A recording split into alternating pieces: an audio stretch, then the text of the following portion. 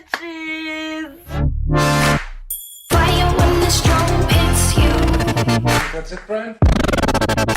Coucou tout le monde, j'espère que vous allez bien. Aujourd'hui on se retrouve pour une nouvelle vidéo. Aujourd'hui je vous retrouve pour une vidéo que j'ai jamais fait sur ma chaîne et que je suis super contente de faire. Aujourd'hui on prévoit les vacances. Wouh, pas forcément les vacances d'ailleurs, les week-ends, les escapades, les breaks, les jours fériés. En gros pour faire un peu court, j'adore voyager, je voyage beaucoup. J'ai beaucoup voyagé l'an dernier surtout. J'ai eu le temps de tester plein de Airbnb. Ça fait 2-3 ans que j'utilise cette plateforme. Pour ceux qui ne le savent pas, Airbnb en gros c'est un site qui vous permet de réserver les logements de l'habitant. Moi je peux mettre à louer mon appartement. Toi petite personne qui veut louer mon appartement à Lyon, sélectionne tes dates et je te dis si oui ou non je t'accepte et ensuite tu me payes et tu as mon appartement pendant une durée donnée, pendant une semaine, 2 semaines, 3 jours. Alors maintenant c'est devenu un business, donc il y a de plus en plus d'agences qui se créent, d'agences immobilières qui achètent des appartements exprès pour les louer sur Airbnb, donc ça fait là un peu de la concurrence déloyale aux autres personnes, aux hôtels et tout, c'est un peu moyen mais bon.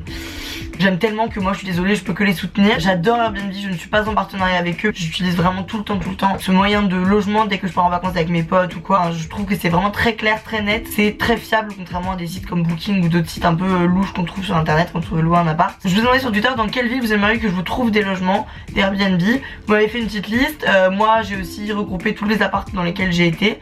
Et je vais vous parler de, je crois qu'il y a 24 ou 25 Airbnb que je trouve super sympa dans plein de villes d'Europe et du monde. Je vous dis plein de logements et je vous mettrai peut-être aussi en barre d'infos des liens d'autres logements un peu moins chers. Je peux pas tous vous les montrer parce qu'on en a pour 3 jours. On va se la jouer un peu Stéphane Plaza aujourd'hui. Juste avant de commencer le listing, j'ai un code promo. Alors voilà, je suis pas du tout en partenariat comme je vous l'ai dit, mais toi comme moi, on peut se faire un code promo. Il y a un lien qui s'appelle Crédit Voyage. En gros, inviter des amis et ça vous donne un lien que vous pouvez partager à tous vos potes. S'ils s'inscrivent et qu'ils partent en voyage, vous gagnez du crédit sur vos prochains voyages et vos amis gagnent aussi du crédit. Si vous utilisez mon lien, que je vous mets en barre d'infos bien sûr, vous aurez 35 € de gratuit sur votre premier voyage sur Airbnb. Si vous avez déjà utilisé un code promo, si vous avez déjà fait un voyage, pourquoi pas se recréer un compte ou quoi. Bon, petite magouille.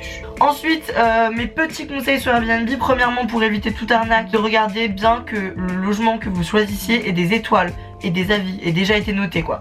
En gros vous cliquez pas sur un truc comme ça, vous cliquez sur un truc comme ça. Vous êtes sûr que c'est pas un faux logement parce que c'est déjà arrivé. Faut être sûr qu'il y a des gens qui soient passés avant vous, comme ça vous êtes certain que c'est pas une arnaque.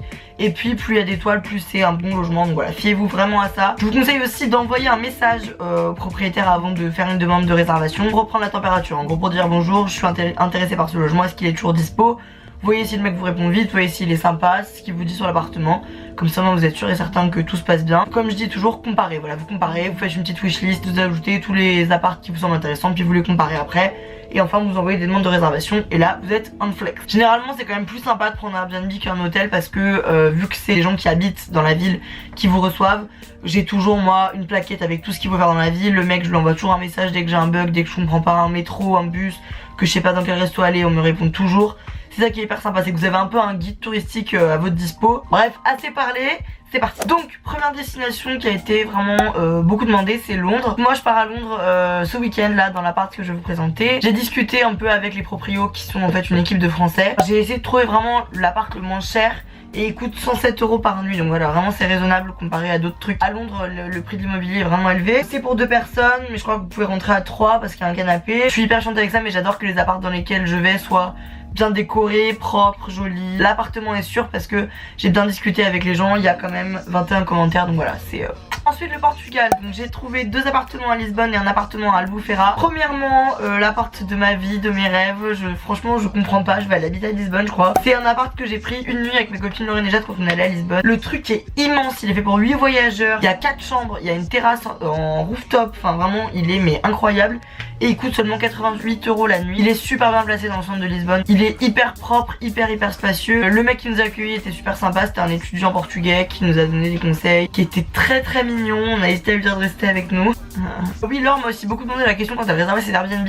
Le prix qu'on vous met, c'est par nuit et pas pour tout le groupe, c'est pas par nuit et par personne. En gros c'est le prix de l'appart et que vous soyez 1, 2, 3 ou 4 c'est la même chose. On m'a aussi beaucoup demandé un Airbnb à Albufeira. Allez-y franchement pour la fête c'est vraiment trop cool. Ça a été une de mes destinations préférées de l'été. On a trouvé un super Airbnb à 70 € la nuit pour 4 personnes avec piscine. Donc c'est dans une résidence avec piscine. L'appart a une grande terrasse donc pour prendre le dîner le soir, faire des before et tout, c'est génial parce qu'il fait super chaud au Portugal. Le Airbnb était super propre. Il a été rénové l'année dernière donc du coup il est nickel. Il est aussi hyper bien placé, il est à 10 minutes à pied même pas bas de la rue où il y a toutes les boîtes, tous les bars et tout. 10 minutes à pied de la plage. Il y a des Uber à Albufera, donc c'est aussi super cool. Ensuite l'Espagne. Je vous ai trouvé un logement à Barcelone et un logement à Ibiza. J'ai trop envie d'aller à Ibiza cet été, donc c'est sûrement un des logements que je réserverai. Premièrement Barcelone, c'est l'appart dans lequel j'ai été avec Astrid quand j'y suis allée en juin. J'ai été placée à Gracia, donc c'est un quartier de Barcelone qui est hyper sympa, un peu plus calme que les quartiers qui sont autour du port et tout. C'est un appart d'architecte, donc franchement mais trop cool. C'est un couloir hyper long avec la cuisine, un salon et une chambre. Il y a une petite terrasse qu'on a squattée aussi pour les soirées, c'est nickel. Le mec est venu me chercher en voiture carrément à l'aéroport. L'appart coûte 59 € par nuit, donc enfin encore une fois c'est vraiment que dalle si vous êtes 4. Enfin voilà, vraiment je vous recommande. Ensuite à Ibiza pour 4 voyageurs encore une fois, il coûte 90 € et c'est une résidence avec piscine, donc ça c'est un avantage. Il y a une petite terrasse, donc parfait. Il y a aussi 13 commentaires avec 4 étoiles et demie sur 5, donc voilà, c'est vraiment un gage de sûreté quoi. Ensuite Malte, alors là aussi j'ai plein de potes qui m'ont demandé est-ce qu'il faut que j'aille à Malte, où est-ce que je dois dormir et tout. J'ai trouvé un logement à Saint-Julian, donc je pense que c'est le quartier que je recommanderais plus pour les jeunes. Quand j'ai été à Malte, j'étais dans un hôtel avec mes meilleurs amis, mais je vous conseille vraiment d'aller à Saint-Julian. C'est là où il n'y a pas de chez Ville, c'est la rue où il y a toutes les boîtes et où il faut sortir. L'appart que j'ai trouvé coûte 95 € par nuit, il est pour 5 voyageurs. Et il y a une magnifique vue sur Spinola Bay et c'est juste dingue quoi, la terrasse est magnifique. Il y a 5 sur 5, donc à mon avis vraiment faut foncer. Ensuite Amsterdam, ça a été un de mes coups de cœur Airbnb, c'est un des plus beaux Airbnb que j'ai jamais testé. Il est magnifique, par contre c'est un loft et pour 2, donc au pire vous pouvez peut-être essayer de dormir à 3. Il y a une petite terrasse avec une petite table avec vue sur un parc, c'est super joli, le coucher de soleil c'est vraiment magnifique. Le mec prête des vélos, donc ça aussi c'est super chouette. 3 minutes d'un arrêt de tram et à 10 minutes du centre de la ville. Ensuite en Suède et plus précisément à Malmö, c'est vraiment un coin que je vous conseillerais d'aller voir parce que ma copine Astrid habite là-bas. C'est à côté de Copenhague, donc si vous voulez aller en Danemark en train ça prend 20 minutes, c'est juste à côté, c'est vraiment génial. Je vais vous montrer l'appart dans lequel j'avais été parce que ça s'est pas très bien passé avec les propriétaires, donc je vous conseillerais pas. Un appart que j'avais vu, que j'avais demandé qui était pas disponible, la fille m'avait répondu gentiment qu'elle pouvait pas le louer à cette période là. Pour 4 voyageurs il coûte 108 € et c'est un appart comme on voit sur Tumblr et sur Pinterest quoi. Il est lumineux, il a l'air vraiment trop beau. J'ai envie d'y aller juste pour le louer parce que vraiment je suis tombée fan de cet appart. Et ensuite un appart à Stockholm parce qu'on m'a beaucoup demandé d'aller à Stockholm. J'ai pas trouvé d'Airbnb dans le centre, sinon le reste c'était, mais ça coûtait 500 balles la nuit quoi. 92 € la nuit pour 4 personnes. L'appart est assez spacieux, c'est joli, c'est bien décoré, tout va bien, tout y va béné, il est très bien noté, vraiment très bien noté. Ensuite Croatie, donc j'ai été en Croatie cet été avec mes meilleurs amis, je suis allée à Split et à Novalia, donc je vais vous parler d'abord de Split. Pareil, je vous conseillerais pas forcément l'appart dans lequel j'ai été, il était pas mal mais on était un peu déçus parce que la terrasse était partagée avec tout l'immeuble. Puis il était un peu petit, bon moi j'ai adoré hein, mais c'est pas l'appart que je recommanderais à Split. J'en ai trouvé un qui était un peu dans le même style mais qui était quand même mieux placé et un peu moins cher. Si vous voulez partir cet été, réservez vite parce que ça part très vite, les bons apparts, les bonnes affaires. Celui-là est à côté de Znan Beach, j'arrive pas à le dire. C'est une super plage de galets, c'est toujours des plages de galets à Split de toute façon hein. Entouré de bars et de bars d'extérieur un peu d'été, de plage. Puis la nuit ça devient un peu des boîtes et tout, enfin c'est vraiment super cool. Il y a une très belle terrasse, enfin un beau balcon avec vue sur la mer. Il coûte que 80 € alors que vous êtes à 5 minutes de la mer. Et le deuxième appartement c'est celui à Novalia, donc pareil j'ai plein de potes qui veulent y aller. Si vous passez par cette vidéo, allez dans mon appart pour 4 voyageurs que j'ai adoré. Donc on a loué pendant 3 nuits je crois là-bas. La proprio était super sympa, c'est sa mère qui est venue nous ouvrir, qui était hyper sympa aussi, on a bien discuté avec elle. C'est en fait une étudiante française et sa mère habite là-bas, très bien placée dans le centre de Novalia. En fait le principe c'est que vous avez des canapes dans le salon, donc 2 canapés dépliables donc qui se déplient, on pouvait dormir du coup à 4 dans le salon presque, bon, du coup on avait un lit chacun avec Adrien, une chambre avec un lit double et en face de la chambre une terrasse, un balcon, tout est très propre. 94 € c'est un peu cher mais à Novalia les prix étaient un peu élevés, on n'a pas trouvé mieux vraiment et il rend beaucoup mieux en vrai qu'en photo, on était vraiment surpris donc moi voilà, j'adore.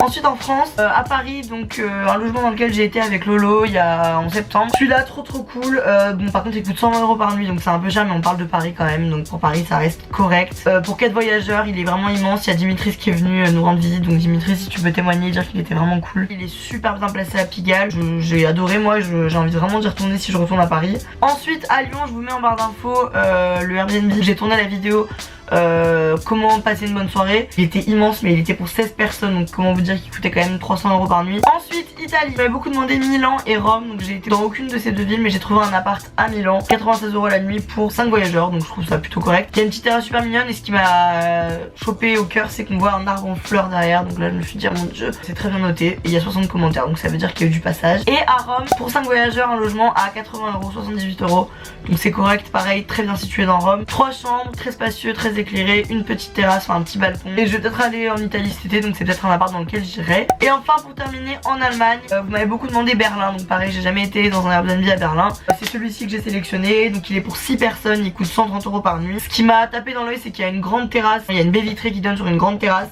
Donc il est au rez-de-chaussée, les commentaires sont hyper positifs, donc voilà je ne peux que conseiller. Donc voilà tout le monde, c'est la fin de cette vidéo Airbnb. J'espère que ça vous aura plu. Comme je vous ai dit, je vous mets en barre d'infos tous les liens de tous les Airbnb avec aussi quelques extras dans certaines villes. Et je vous mets aussi mon lien pour s'inscrire en fait. Il suffit de cliquer sur ce lien, de s'inscrire sur Airbnb et vous aurez automatiquement 35 € de moins sur votre première réservation. Donc voilà, vraiment ça me ferait plaisir et je pense que ça vous fait plaisir également. Si vous avez des questions ou quoi que ce soit, n'hésitez pas, les commentaires sont faits pour ça. J'y répondrai avec plaisir parce que c'est vraiment un sujet qui me passionne. Donc voilà, je vous fais plein de gros bisous. Je vous dis à très bientôt pour une prochaine vidéo. Bye.